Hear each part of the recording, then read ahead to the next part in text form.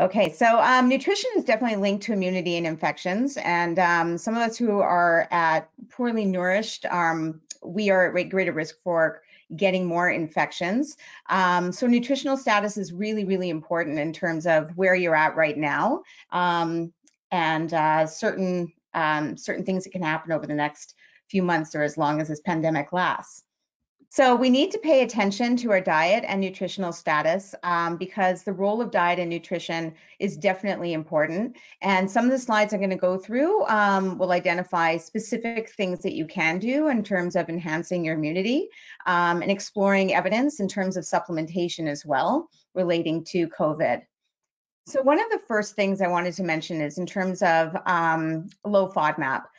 Low FODMAP is a diet that was created by, and it is a diet because it is only supposed to be short term, by gastroenterologists in Australia at the Monash University. And what they found is that when it was created for specifically the IBS or irritable bowel syndrome population, and that people would take out gluten or dairy from their diets and notice that yes, symptoms did improve, but they were still having some of the same symptoms like bloating, gas, diarrhea, constipation, things like that.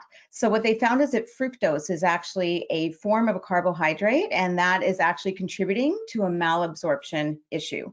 It's found naturally in some foods. It's not just in wheat and in dairy. And by limiting the amount of fructose in your diet for a short period of time, we can actually improve a lot of the symptoms. But the most important part is the reintroduction, whereby we figure out which triggers you actually have that are creating these malabsorption issues. So this is very important because there are a lot of patients with inflammatory bowel disease that have an underlying component of IBS or started with IBS, had IBD. So there might not be inflammation, but they're still exhibiting a lot of those same symptoms. So being able to control that aspect of your symptoms and disease is really, really important. I'm going to explain why I'm even bringing up a low FODMAP option during this time when we are self-isolating. And the most important thing is that you find credible resources in terms of how to implement this, because we can use this opportunity as a really good time to finish the entire three-phase process.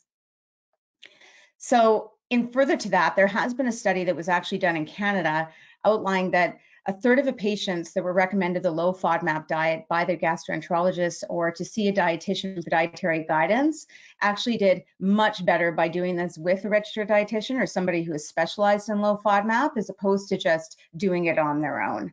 I have seen a lot of clients who are like, yeah, this is really complicated. I couldn't do it on my own. But once they have the guidance, it's actually quite a simple process, and it's something that can be done really, really effectively during this time. So really important to know that not everybody here should be doing the low FODMAP diet. It's not for everybody. A lot of gastroenterologists will tell you if this is something that they'd recommend, and from there, that's where I would get a referral. That being said, if you know that some of the foods that are on a low FODMAP list are foods that trigger you already, then it might be an indication that this could be something you could get educated on during this time.